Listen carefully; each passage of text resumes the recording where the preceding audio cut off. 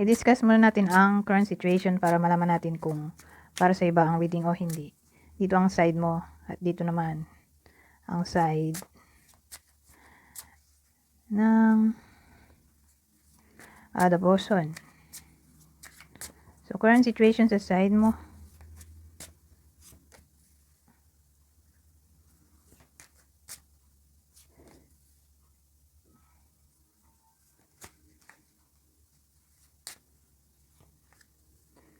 At current situation sa side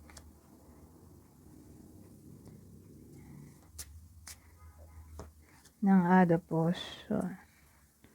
Ano to?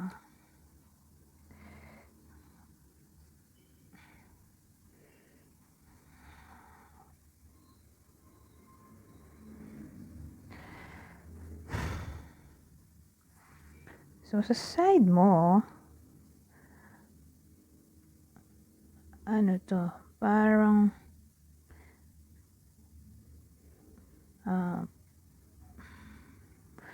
sa side mo parang takot ka sa tao. Ewan ko, mala introvert yung isa sa inyo. Kasi partner mo at ikaw to. Tapos ito, partner mo at yung other person. Current situation. So again, dito sa side mo, may isa sa inyo, isa sa inyong dalawa na mala introvert. In a way na hindi siya sociable.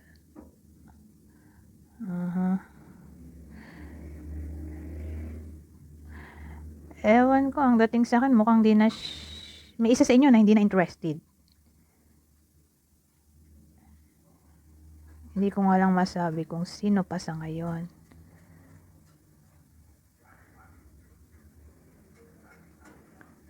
Pero ewan ko, parang yung isa sa inyo ay wala nang pakialam. Nag-move on na siguro.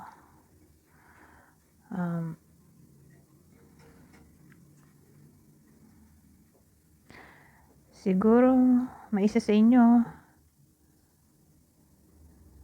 na gusto magkaroon ng closure o gusto makuha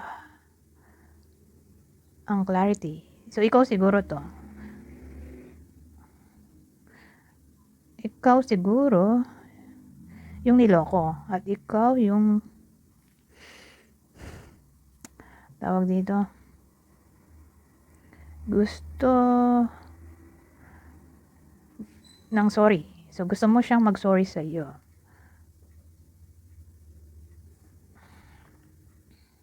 Kung pupunta naman tayo dito, ano to, the shadow. Ito, grandmother o grandmother, the feeling.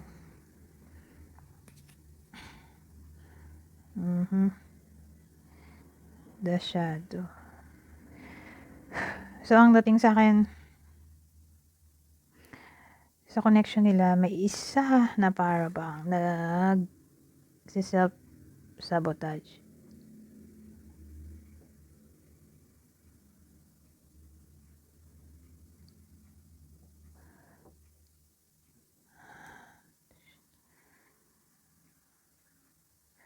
O sabihin natin, may shadow kasi.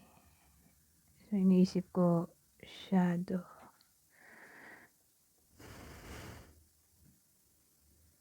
Ito yung dark side. At may ilaw dun. May candle. So, siguro, na-expose na yung dark secret. So, may isa sa nila may dark secret. Malamang yung person mo yon. So, inisip ko ano bang klaseng dark secret. So, siguro anything na negative. Bad behavior. Bad personality.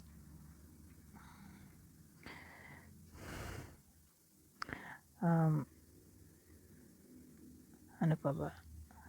Current situation. Hindi ko sure pero mukhang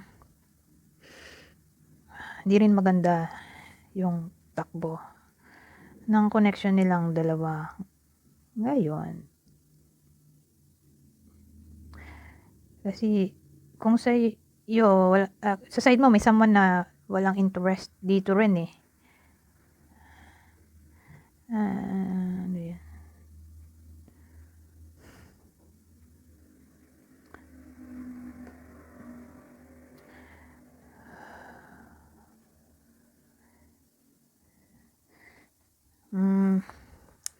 So inisip ko pa rin, ano nangyari dito sa mga to? Tingin ko nagkakalabuan din sila ngayon. O baka may third party na naman. Ano ba to? May selfish dito eh. Well, i-clarify natin para sure. Asan ba yung tarot deck ko dito?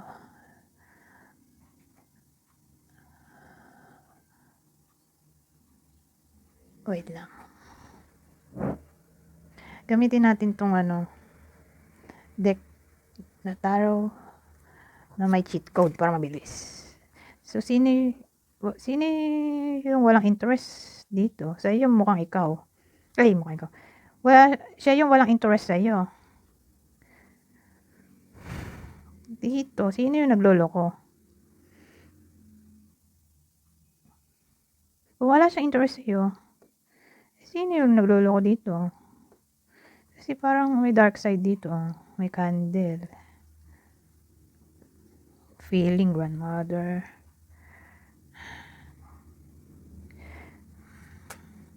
So, sino yung nagloloko dito? Sa connection nila. O sino yung wala ng interest din? Kasi may someone na walang interest din dito. Yung person mo ba? Yes or no? Yes, kasi no ang taas. Reversed. Edi yes. Person mo yung walang interest. So, siya yung may dark side. Yung dark side ay babaero o lalakero yung person mo. Yun siguro yung na-reveal o na-expose na parang dark side.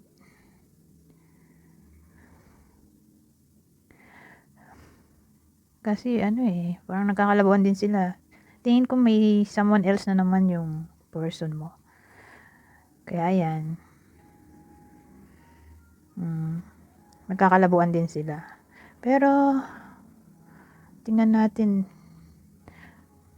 anong feelings. Teka, ano ba to? Wait lang. Ang dami ko kasing dito abobot. Kung ano saan ko ilalagay yung gamit ko. Ito. Anong feelings ng person mo? Anong feelings ng other person mo na? Sa person mo? Ngayon na nagkakalabuan na rin sila. Feelings ng person mo sa kanya. Only you, tapos may iba siya. Ano ba yun? Conflicted. So, anong feelings? Ayan, nagalaw. Anong feelings ng other person sa person mo? Ito sabi, finality. Leave behind, close siya. Rejection nga sabi dito. Abandon, dismiss, irrational fear. Mistakes, misunderstood, victim, lost soul. So, sa madaling salita, kaya pala sila nagkakalabuan. Diba? Sabi ko kanina, mukhang nagkakalabuan sila. Parang wala na rin interest yung isa sa kanila. O pare sila sa connection. Kasi pala, nag-away sila. Feeling misunderstood yung other person o feeling victim. So, mukhang break na nga sila. Feeling rejected yung other person. Eto, feeling niya rin, hindi na sila magkakabalikan. Ngayon, feelings ng person mo sa other person. So, sabi dito, only you devoted, attached, crave, fantasy, daydreaming, imagining, fantasize. Ito, conflicted, decisions, hot and cold, multiple choices. Kamali lang ng spelling doon. Kasi yung CES dapat dito napunta doon. So, ayan, feeling nung person mo sa other person, hot and cold siya. Tingin ko kahit break na rin sila, kasi ganun ang dating dito, mukhang break na sila. Nag-away sila, may mistakes dito Um, pero malaki chance na may iba na. May iba na rin tong person mo. Siguro, yun ang reason bakit sila nag-break. May someone else yung person mo na naman. Pero attached pa rin siya dito sa other person kahit break na sila. At iniisip-isip niya pa rin. May fantasize tayo dito. Fantasy, daydreaming, imagining. Pero ito, conflicted. Conflicted kasi may multiple choices tayo dito. So, more like, yung person mo, yung may multiple choices o choices. Ano ba yung person mo? Masyadong maharot. Pero ang malinaw, mukhang break na rin sila. Nagkakalabuan sila, hot and cold yung connection nilang dalawa. Pero, tingin ko, break na sila.